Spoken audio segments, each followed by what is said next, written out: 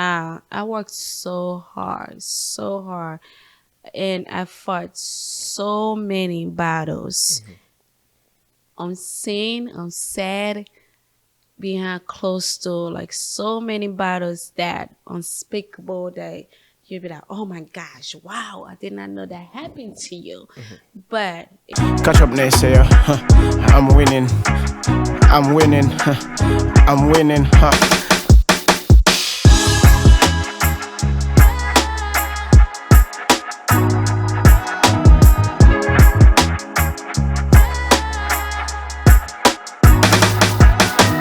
Good evening, ladies and gentlemen. Welcome to another episode of 8 Plus 1 The Classroom. Today I have a great entrepreneur, a legend in the making. Ladies and gentlemen, I have Fannie Gibson with me. Fannie, welcome to 8 Plus 1 The Classroom. thank you for having me. How you doing this evening? Good. How are you? I'm doing great. It's good. You look amazing. Thanks. Fannie is the owner of Fannies African Cuisine. Today we will be privileged to find out how it started, what inspired it, and what are some of the challenges she faced when she first started. So let's get to it. Fannie, tell us a little bit about your upbringing. Hi guys, so my name is Fannie Gibson. I am the owner of Fannies West African Cosine, located at 4105 Troost Avenue, Kansas City, Missouri. I was born and raised in West Africa, Liberia. I was born in the late 80s. The Civil War started in my country when I was a kid, and then we escaped from Liberia and went to Ghana. And due to the Civil War, we were on the refugee camp in Ghana for like few years or so. And then I left from Ghana and came to the United States.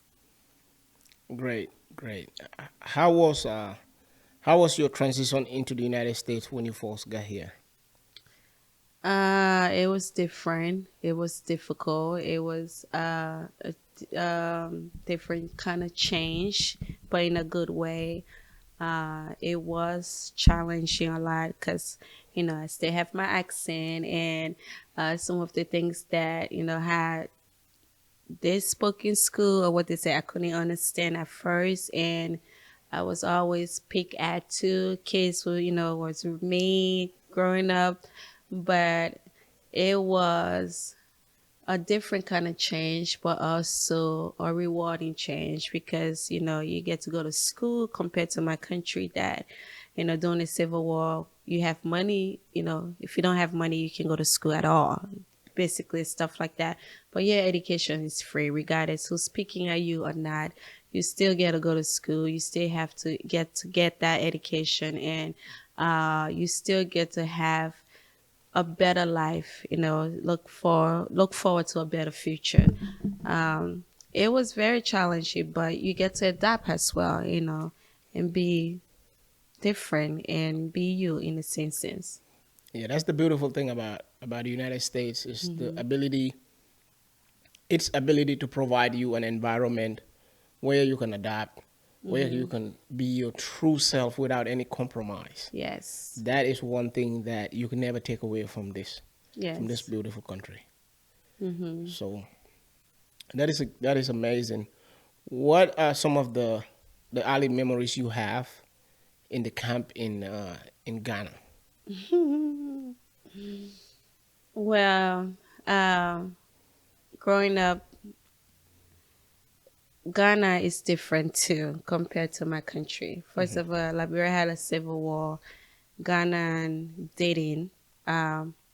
However, there was still a little bit racism too within the black environment because we are for another country coming to their country and then leaving their country to be on a program to come to America. So a lot of Ghanaians did not like that. And I remember there was so much conflict and sometimes there was violence between the Ghanaians and the Liberians on the camp. But that being said, we were still welcome in the country. They still embrace us. They help us out a lot. The food is amazing. I remember all of that. The food, the people. Uh, it was just like a big community that was helping each other. I wasn't there though for too long, like maybe probably a year, 2 years to max, and then I came to America. So, but what I remember wasn't as bad or as difficult compared to my country. So Yeah, that's it's always a good thing if you're welcomed at a place, and there's no place in the world that's perfect.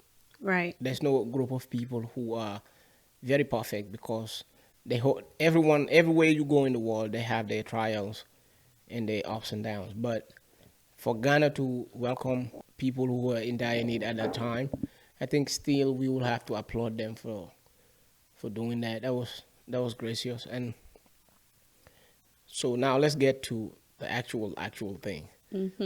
What brought about Fannies African Cuisine? What inspired it? Fannies West African Cuisine. what inspired was, before then there wasn't any West African cuisine in Kansas City. I mean, they have African restaurants that were Ethiopian and East African, Kenyans, Ethiopia, Jamaica, but it's not the same food. And I've traveled before, like I've been to the East Coast, I've been to Minnesota, I've been to Dallas, Houston, all those places. However, I see a lot of diversity. I see a lot of different cuisine, like our kind of food. I see all of that out there, but they didn't have that here in Kansas City. So then I started cooking for home at first. I was like, you know what? Let me see what happens. I'll cook for home. I'll post my pictures online to see, how people react to those pictures.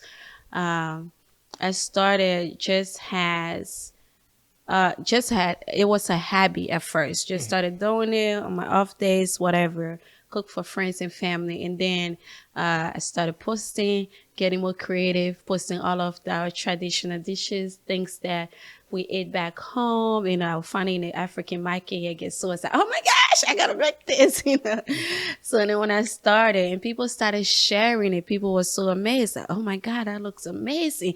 Do you sell that? How much are you selling that for? How much is it? I'll pay any amount. Do you ship?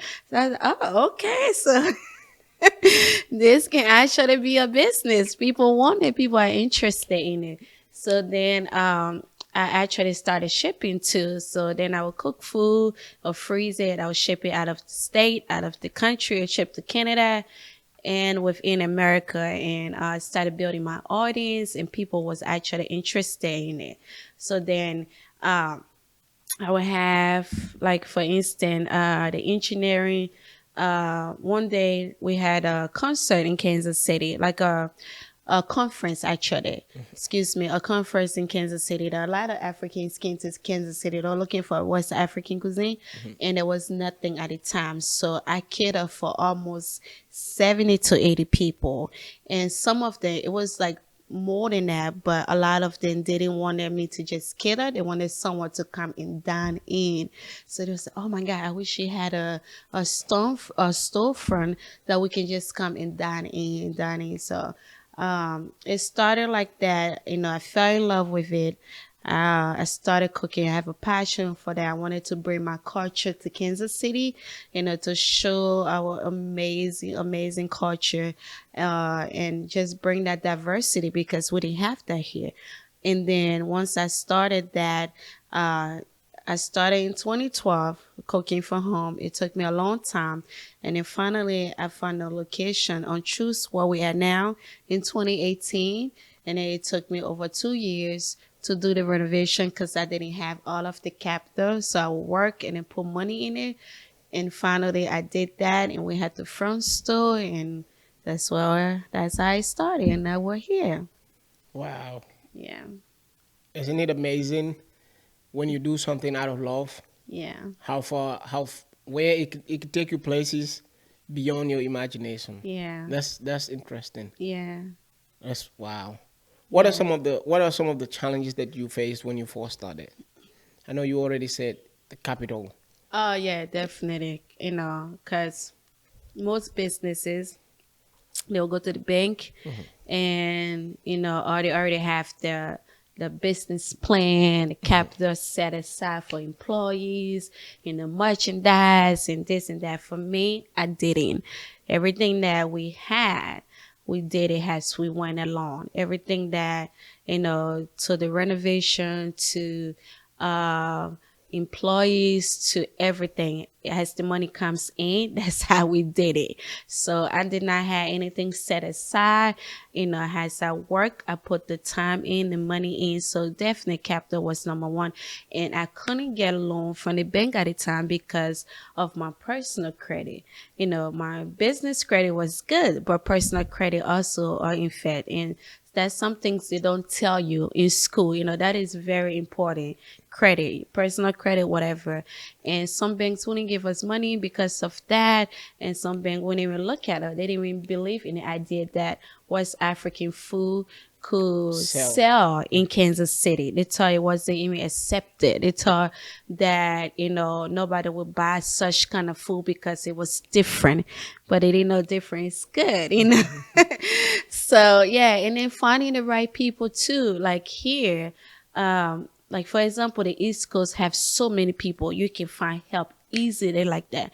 Here it's not. Everybody have something going, like. And then too, most people that here, if they don't know the culture or the cuisine, they're afraid to come in because they don't know the food, they don't know what to say. So some of the people that will come along, that will hire, some of them will stay or leave because, they don't know the food. This is new to them. This is new to the city. So it was kind of hard to adapt. It's hard finding the right people and the right team. But one thing I've always said, doesn't matter what business you're in, whatever you do, you have to make sure you can do it all around. Doesn't matter, because when people build out on you or don't show up, you can wear all of the hats if you have to Yeah. for that moment. And I had to do that many times that I didn't have servers, I didn't have a cook, I didn't have a dishwasher. I would do dishes and I would serve, I would cook, I would do it all. But as you grow, you want a team. So those are some of the challenges, the captor, finding the right help, the right team, and just having system and structure in place and just making everything make sense has been difficult. However, we're still striving to be the best we can be, still pushing at it. Yeah, I agree. Yeah. Team building, it's not fun. Mm-mm. I manage a restaurant too, and my restaurant is an American restaurant. Mm-hmm. Backed, they sell American food, Mm-hmm. and even in that setting, Mm-hmm. team building is a very difficult thing. Having Right. the quality of people who are going to help implement your systems. Right. Sometimes it is that part of it. It's very challenging and it's very discouraging. Yeah. I could only imagine that what the other side of it is, which is selling African food that Yes. they're not accustomed to, food Right. that they don't know. Some of Right. these names they might even struggle to pronounce, Right. and then I can Mm-hmm. definitely relate to that. Yeah, that has been some of the challenges because some people are smart, they come in, but it's overwhelming to not know the culture, not know the food, and people asking you all of these questions, even when they do study, Yeah, like what is in this, yeah, what is it yeah, made out yeah, of? yeah, They can say, they have to call me. So some of them, sometimes they get frustrated. Oh my God, this is too much. I yeah, quit. They don't show up. yeah, you know, but I mean, what can we do? You just gotta keep pushing, keep going forward. You can't, just because somebody quit, that doesn't mean you quit on yourself as well. You just keep going. So yeah. I like that. I like your mentality. I like that. How has the emergence of social media and all these food challenges, how has that affected the business? Social media I feel like social media has helped the business. Now, in so many ways, social media has helped Africa in general. Yeah. Like brought so much light to Africa, Africa, yeah. to the food, the culture, The the dance, people, the and dress. all of that. Yes. All of it, social media has helped. Because when I first came to this country, a lot of city questions I would get was, do you guys live with animals in Africa? Yeah. Do you guys have showers back home? Home, yeah. Do you guys Do you have have cars? do you guys have cars, or do you walk? Well, I did walk. We walk a lot, but we do have a car, Yeah. But I feel like social media, because of social media, I could showcase my food, the culture, and people eat with the eyes before their mouth mouth, even yeah, open, yeah. right? So because of social media, I could showcase the food, right? And people seeing that from all the places from far, be like, oh my gosh, that looks amazing. I want to check that out. They don't even know what it tastes like, but because they see it looks good, so they're willing to come and try it. And I feel like that was because of social media. If there was no social media, it would have been even more difficult to get people to come in the door. But all you have to do, just post what you got. If it's good, whether it's good or not, people will come and support. So social media have helped in so many ways, That's I can good. say. That is the beautiful thing about social media. Facebook literally changed the world, Yes. and we thought it was the best thing that could ever happen. And then Instagram came, Yes. and then TikTok, Yes. Snapchat, all these platforms started coming. And then when they came, they just shed light on every aspect of the world, not just Africa, Yes. Asia, Yes. Europe, Yes. even America. Like everything was just magnified. It took the world from 5 different continents and made it one big global village where does. where everyone is just a part of it. Yes. You look at TikTok and you're seeing kids in Asia dancing to African music, Yes. and they're killing it. And Yes. sometimes I'm like, I don't even know these dances. Yes. You know what I mean? And that's the beauty of it. That's what it's all about, like being they being Africa or Asia, wherever they are, but we still feel it's like we're still connected. We're all still one. We're all in this together. We're still together, no matter how far or near you are. And that's the beauty of it. I love it. I am a big fan of it. I'm all in for the globalization of the world. Yes. To make the internet has made the world one big global village. Yes, Where I like everybody has global village. yeah, Yes. everybody has a portion. Yes. If we can just get along and set our differences aside, Yes. it will make the world A better place. Yeah.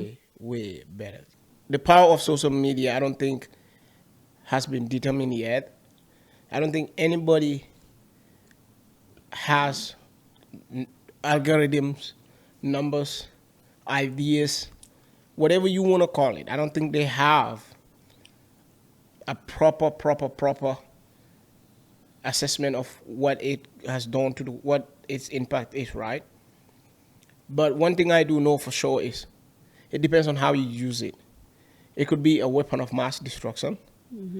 It could not a weapon of self-destruction. It could also be the ladder that you use to take yourself To the next level. to the next level easily. So it depends on how you look at it Yeah. and I how you agree. embrace it. But for someone like you, just saying what it has done for you, all these fufu challenges, all this egusi stuff, only God knows what that. Yes. Oh my God. 2020, during the pandemic, it was hard on all of us, all small businesses, right? And there were many times all of my workers, they basically quit because obviously don't nobody want to get sick, right? Uh-huh. It's like, oh my God, coronavirus, we don't want to get sick. My husband said I can be here, I gotta go home, he doesn't want me to get sick. My wife said, she's afraid of my life, I'm sorry, I love you, but I can't help you right now, I gotta be home Yeah. until all of this is over. All restaurants are closing, businesses are closing. I can't do this. I gotta go home and blah blah blah. They said all of that. Now I am a single mother now with 3 children. I have a business to run. I got bills to pay. The pandemic is here. Everybody's closing. Everybody shutting down. Everybody's going home. Everybody's afraid of their life. I had to make that decision. Do I close up and go home and be afraid of it, be afraid like everybody else, or do I stay put and trust God and do the right thing, wash my hands, put my mask on, and still hustle and do what I got to do for me, for my business to survive, and for my children? Because I felt like if I did close that door, it probably would have been the end of me. Yeah. First of all, I'm just beginning. I'm not well known yet. My food takes time to prepare. It's not a fast food. All of these challenges, I don't have the capital like that to bounce back like that. I have to work and hustle to bounce back. If I close, am I going to survive? So I had to make those decisions. I had to think of me long term, and I had to think of my children. Right? So then I end up staying. They left, all of them, I'm telling you, they all left me, right? But Kansas City, oh, thank you, Kansas City. Kansas City is amazing. I'm telling you, Charles. I was the only one probably in a restaurant cooking, serving, cleaning, and sometimes I had my kids there, right? And I would have, I'm minding my business. I didn't even know what's going on. Being in the kitchen cooking. As soon as I step my foot in the dining room, I have a full dining room. People from everywhere, all walks of life, waiting for the food. They're not dining in, they are taking to go, but they're here to support so that people like me, small businesses like me, I don't shut down. I stay in business. They show up and they show out, and it was there all day, every day. Whether they had to wait for the food for 30 minutes, an hour, or 2 hours, they was there. They was there every day that I open. I'm telling you, Trust, I am so beyond grateful. And because of them, I stay in business, for that whole time. And after everything was over, the people that left and say, "Oh, I don't want to get coronavirus," which I mean, I agree. Everybody have to be aware of the health, the safety. That is very important. They're in business.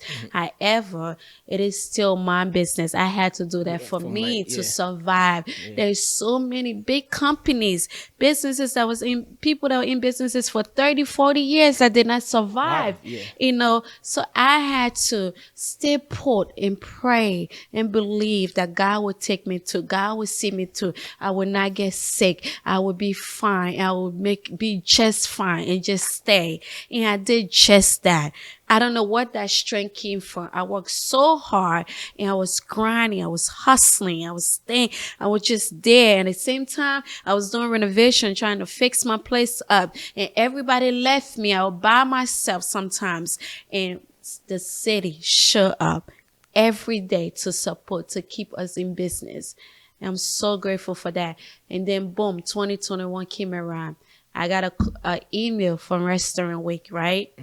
My ex used to say that he would say, "Oh, Restaurant Week is so huge. Oh my God, you probably can never make it on that show. You probably can never make it on Restaurant Week because I don't know if your food is even good enough. I don't know if you even have to stop and block." He would say those things. He probably wasn't saying it to down me, but he said it. To make me feel like maybe I wasn't good enough. My product wasn't good enough. It wasn't quality wise to be on an event like that. But when I got that email Restaurant Week started, right? And I got an email, hey, Fannie, we'd really love for you to be part of Restaurant Week this year. It will be a pleasure to have you. Meanwhile, I don't have that much employee yet. Everybody left due to coronavirus. I'm still free. I'm still trying to build up and pick up. But I said yes, right? And I said yes. That was the best yes I've ever said in my whole career, my whole life. Yes to that, right? And not only did we have Restaurant Week customer that came from everywhere. It was amazing. We have Fufu training at the same time. I had no idea Fufu was training, right? Yeah. So then when I come to the dining room, the whole dining room is full. Restaurant Week crowd, Fufu training, there was a line.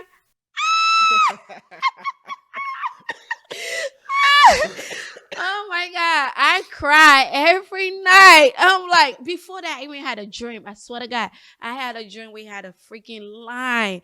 And I cry every night. I'm like, God, you are real. This is awesome. Imagine if I would have listened to my employees and shut my door 2020 and said, this is too hard. Coronavirus, everybody quitting. So let me shut my door too. Whenever you have a business, once you close something, it's like a box, right? Yeah. You're looking at pictures, right? You're looking at pictures. When you open that box, all pictures that you're looking at, when you continue to look at those pictures, you see memories, you see things that happen or whatever. You become interested, right? Yeah. You keep looking, you keep looking. You don't want to close it. But when that box is closed, you close that box and you go somewhere or you get distracted. Yeah. It's kind of hard to come back back to to open that open box and look at what you was looking at, right? Yeah. So I felt like that. So it's kind of hard. And you keep moving and you get distracted. You go to something else, and blah, blah, blah. But once you keep looking, keep turning the pages, keep looking, keep turning, you never know what's going to come or what you're going to see. And I feel like that's the same with my business. I'm so grateful that I listened to my instinct. I did not shut the door. Yes, it was hard. Yes, I did not have help. Yes, it was only me. Yes, people waited for the food, but they still show up. That's the most important thing. They show up to support. Yes, all of that. But I still put, and I worked my ass off. I did the work. And because of that, God showed up the time I least expected. In my bit, I'm telling you, Charles, since that moment, Fannie's has never been the same. Fannie is not the same. Like there's customer from everywhere, all walks of life, far away, far and near, everywhere, because of the opportunity of Restaurant Week and Fufu training. And I kept going all 2020. And I survived 2020. And I'm still here. All of that. So, yes, I'm grateful. Thank you, Kansas City. High five. Woo, woo, yes. So, yeah. Isn't it amazing what power of belief can do? Yes. Just believing, just to believe that it's gonna be okay. Yeah.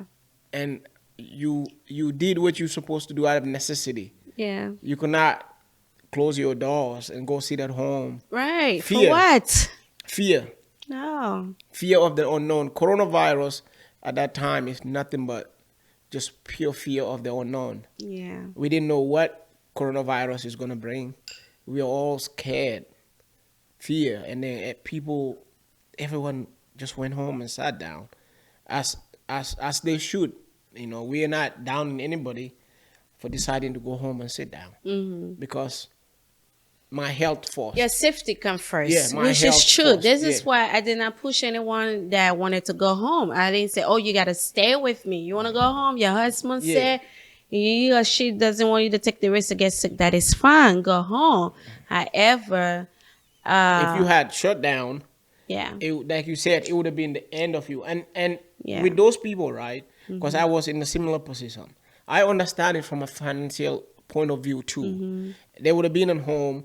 They could file for unemployment, Right. and make just as much as or even more Right. that they were making sitting at home, right. You know, so I understand it, I get it, but as a business owner, Yeah, you can. it's a It's whole different, different. it's a whole different view. It's a whole Yes. different.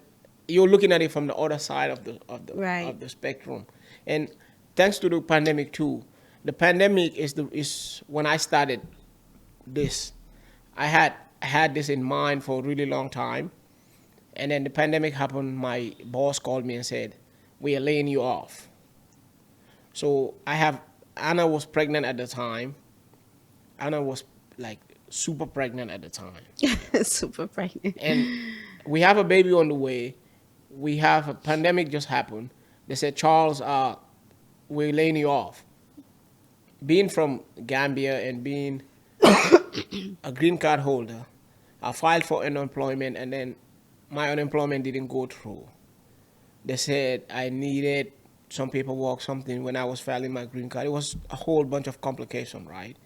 So here I am sitting at home with a pregnant woman, no income coming in. I have to dig through savings to pay for bills. I even applied for a job at Papa John's, right? And they offered to pay me. Nobody was hiring. They offered, if I had known that, I would have come and worked for you. You They, should they have. were paying me $9 an hour at Papa John's, no tip, nothing, and I took it. Right. And I'll go to work, and I work from 5 to 9, and they say you can go home now. I'm getting emotional thinking about this stuff. I'm getting so overwhelmed. I'm thinking about I have a pregnant woman at home. How am I going to survive this? You know, I was struggling. I was digging from savings, paying rent, car note, insurance, some of her medical bills. All of this, I'm supporting my family back home from my little savings. And every day I sit there, because I'm at home, I sit there and just watch my savings go boom, boom, boom, boom, boom. And somewhere, somehow, I'm depressed. So I'm going to start drinking. And guess what I was drinking? I was drinking Hennessy. Really expensive, and it's Hennessy. That's a lot of money. Yeah, that's what I was drinking. Your money is getting taken out of my savings every day, and I'm buying Hennessy instead of buying some cheap alcohol. I'm buying the expensive stuff. So I went through it during the pandemic too, and while I was at home, I realized I am working for somebody. If I sit here and rely on working for someone without having something that I owned, that I can control, anything is possible. I had a passion for this. I wanted to do this. So I decided to start. So I decided reaching out to people. I decided to buy this equipment, buy that equipment. Oh, you don't really need this equipment. I have to find a way to sell it so I can buy that other equipment. I decided, I put a lot of effort and time and hours and hours of YouTube, watching YouTube videos on how to start. What do I need to, how to edit? What do I need to buy? What do I need? What's going to give me a good quality audio? What's going to give me better lighting? All of these stuff during the pandemic. I came out of the pandemic a podcaster. Literally came out of the pandemic with this idea. Now I have to go look for people to sit down and talk to and have conversations with and do this. So the pandemic is the pandemic. Coronavirus is coronavirus. Yeah. But it kind of had a reset button on the world. Yeah. It slowed everybody down. It slowed Like, it. hold up, pause. You guys are moving too fast. Yeah. Hold up. Yeah, it slowed down a whole lot. But also, to me, I feel like it make us value what's important the most, and which is family. Like, because we are so, America, back home, Africa, it's all we know, family. Family. All day, like family. We're all together. We eat together, we play together, Yeah. we do everything Everything together. together. However, here, family, everybody's busy working, everybody have different schedule, different time, the kids are in school, you come back, people barely spend time together. Yeah. even within the same House, house. yeah. We better spend time together. We better even see each other sometimes. Yeah. Like sometimes husband and wife, he has a different schedule. She He has has a a different different schedule. schedule. They come home, everybody's asleep. Boom, get up before she wakes up. He's gone. Or before he wake up, she's He's gonna gone. kiss her in school. Yeah. Boom, do that all day, every day. There is no time. I feel like that had to happen for us to realize the value of our existence. Living is to be to love and be loved and spend time with family. Yeah. And that's why all of that is part of God's plans for our life. Slow down, hold up. This is still my war. I got this. Got You this, guys yeah. moving too fast. Too Like fast. slow Slow down. down. Yeah. So it happened. A lot of people lost their life, which is so sad, so terrible. But it happened, and it opens so many of us eyes to the most important thing, Things, which yeah. is family. To pay attention to the ones around us, the little ones, the big things, the little things, all of it, and just be present Yeah. at everything that you do. Be present at it. So I'm grateful for it. I'm grateful that it slowed me down too, because I was going. Yeah. I had to check back, even though I kept going. But at least my kids were with me when I was still going. When they didn't have to dine in, sometimes my kids would be there. Even though I was working, I was still spending time Yeah, with with them. them. Yeah. Yeah. So Yeah. I mean, yeah, it slowed me down definitely, yeah, and it woke me up. It woke me up a yeah, lot. It woke me up a lot. You know, you can if you find yourself being a general manager somewhere, sometimes you forget that you were just an employee. Sometimes the manager thing will get in your head too much, and then you will start growing feathers thinking yeah. I'm you the manager. yeah But you still just you're the you man. manage it for somebody else. You're just a staff. They can Right. walk in there today and be like, we don't need your service anymore, and that's it. And it gave me that rude awakening, and I was just like, ooh. And I mean, it's as bad as it is. People lost their life, but it gave us the ability to just stay together for a little Yeah. while and not let the bills, not let capitalism ruin everything, Yeah. family. Because it's Yeah. about bills, bills, bills, bills. That's why the wife goes to work, the husband goes to work this way. Right. The husband comes in, the wife is already asleep. Right. Tired. The wife has to wake up Right. when the husband is probably or still sleeping because he came in late. There's no communication. There's barely everything is through the mobile phone, text, call, Yeah. FaceTime, and it's the pandemic really slowed us down. Yeah. That's one positive Yeah. that we can all agree came out of Yeah. it, and it was really tough for small businesses. It was really tough Yeah. for families. It was really just tough for For the world everyone. around. Yeah. But it gave people a reset button. It gave Yeah. people the opportunity to just sit back and say, I missed this. Yeah. You look at people everywhere. You look at interviews of big stars. You look at business people. All they talk about during the pandemic is it gave me an opportunity to sit back and realize that I have family. I spend some time with family, and that we can all agree on that, just like you. And Yeah. well, I don't know. We've pretty much talked about a lot of stuff. Fannies African Cuisine. When you look at it 5 years from now, what do you see? Like you said, if you keep digging, you're digging through those pictures. 5 years from now, what did you see? I'm gonna keep digging. I'm not closing our bags, right? Yeah. No, but I don't know. I feel like Fannies. I worked so hard, and I fought so many battles. Unseen, unsaid, behind closed door, like so many battles that unspeakable that you'd be like, oh my gosh, wow, I did not know that happened to you. But it is real. Like it is real. Sometimes when your battles are so strong, like you're going to so many things up and down, so many struggle, you wonder why you're going through those things. You wonder why, like you ask God, why is it me? Or I mean, like, why am I experiencing this? I'm a good person. All I want to do is just live my dream. That means God has a bigger and better vision for For you, you. better plan. So if you just ordinary, right? If you're just ordinary person, you have an ordinary life, right? But because God has a better vision for you, so sometimes your attack may seem stronger, bigger, which it has been.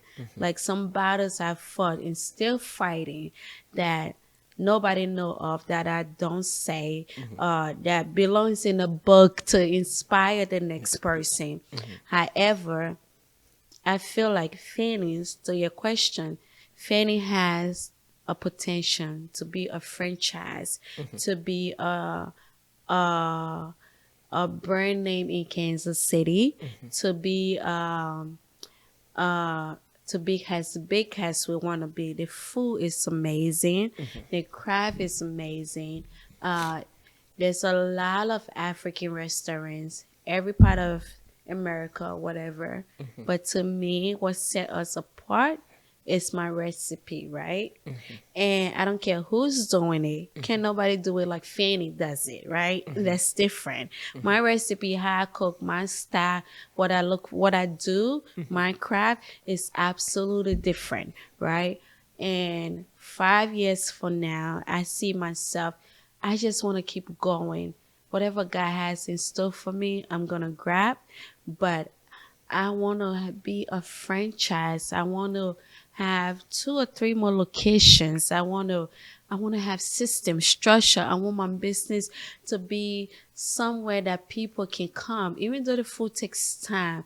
But that stereotype can be taken away. Yeah. They can come and get the food, not quicker, but in a good amount of time.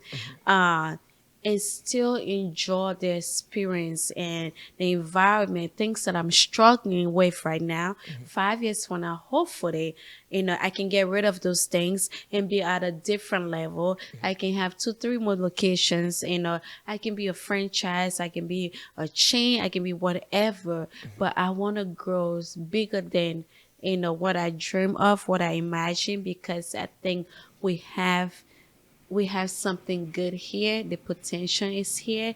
It can be something amazing. And I want that to happen. But in order for that to happen, I just got to keep going, taking it one day at a time. But that's my goal. That's my dream, to have at least two more location or one location. Well, I have one, but two more, you know, and keep expanding. Somebody want to buy into Fannie's franchise, we're open to it.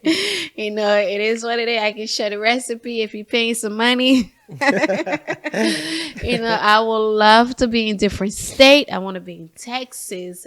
I want to be in Houston, because people always say, oh, Houston food, blah blah blah. I don't think anybody can compare to Fannie's. I don't care what state you are. Bring it on. I would love to be in Houston. I love to be in Dallas. I love to be Atlanta. Like, I want to be in all these big cities. But before, I just want to have system and structure with the one I have first. The issues that we have, I want to fix that to make the food come up quicker, faster, and still have the value and the taste and, the system, all of that in place. And then I'll be comfortable to spread my wings. But for right now, we're doing the best we know how. And I'm so, so grateful to Kansas City. Thank you. So it seems Yeah. like you're planning to keep the corporate office in Kansas City, the head office in Kansas City. Of course, that's where it started. Kansas City is home. I don't care how big I become or where I go in life. Kansas City will always be home, because I remember when I first started my business, I added tropical to my name, right? It's called Fannies African Tropical Cuisine. I added that because people kept telling me, oh, don't nobody want West African food in Kansas City. They want Ethiopian, they want East African, they want Caribbean. You have to add some kind of tropical something to be accepted. I listened to them. I added that. Well, we're not tropical. Yeah, it's similar, but we're not. We're We're not. West African. Yeah. So when I realized that was BS, I changed it quite to West African because we're not. And that's a lie. I say this to anyone that wanted to start anything. Be yourself. Be unique. Be different. Even if people say, oh, don't nobody want that, don't listen to them. Once you know your craft is good, you're good at what you do, put in the work. One thing I like about Kansas City, you put in the work, they will support you. They will come out. Just do your part, do your work, and they will support you. Absolutely, hands down. So, yeah. Wow. Wow. That is true. Yeah, they That do. is true. Honestly, from the bottom, they do. They are awesome That here. is true. And this is home. Like, this is home This for is, me. Yeah. this is home. It's beautiful. And at this point, I don't know. I don't know what to say. I really don't know what to say. Well, But I have this to say though. Uh-huh. I have this to say before we close out. To all the young, handsome men who are out there, if you about real business, She can say that. if you about real business, send Fannie some flowers No, you at can her say send Fannie some flowers at her store. Tell them I sent you. no. If You're you gonna have weird people sending me. I have this man keep stalking me. Fanny, it's lunchtime. Do you want to grab some lunch? Fanny, it's dinner time. Do you want to grab some? Fanny, do you want to grab some cocktail? Fanny, Fanny. Fanny, I'm in town. Do you want to do something? Fanny! no, that's not the We kind don't of want that. Okay? that's not the We kind don't of want that. this not the kind of people I'm talking about. If you were serious, cause No, you no. have to come and interview. You have to come on a one-on-one interview with me. I have to approve. If you were not serious, don't waste our time. Cause I have to sit down and check you out eye to eye. I'm gonna have to vet for you. You know, I have to check you out. Fanny Stand comes up. with a lot of. Okay, before you come to him, just make sure you are ready because I have a whole business. That's a lot, no time. And I got kids. No time. I'm not looking though, honestly, but thank you. She thinks she's not, but she might. I'll see. If I edit it and I decide to keep this part, I'll keep it. Otherwise, if I decide to take this part out, we'll take this one out. But Thank you so much for having me, Charles. I thank you. appreciate it. Thank you, Fanny. Thank you. Thank you so much for And I pray your business. I'm not the only Fanny sitting here. My prayer for you is for appreciate you to be able to interview people appreciate from it. all walks of life appreciate that that. doing something amazing in Thank you. Kansas City. Not just African, anyone and everyone. My prayer for you is this podcast, this business gonna be amazing, amazing. And you're gonna interview people from all walks of life, people from everywhere. Don't give up. Good things doesn't come easy. Yeah. Okay? It takes hard work, dedication, sweat, but time, putting it time. And sometimes you may be grinding for 5 years, 10 years, and it may seem like, oh my gosh, it's never gonna happen. When is it gonna happen? But like I said, in my testimony, right? Yeah. 2020, the coronavirus, if I would have shut my door, Yeah. do you think I would have got that email from Restaurant Week? No. Probably not. Yeah. Because I stay open. People talk. Who are the businesses open right now? Oh, Fannies. But all these people, this person, that person, Fannies still open. Oh, let's see if we can get Fannies in. That one email changed my life.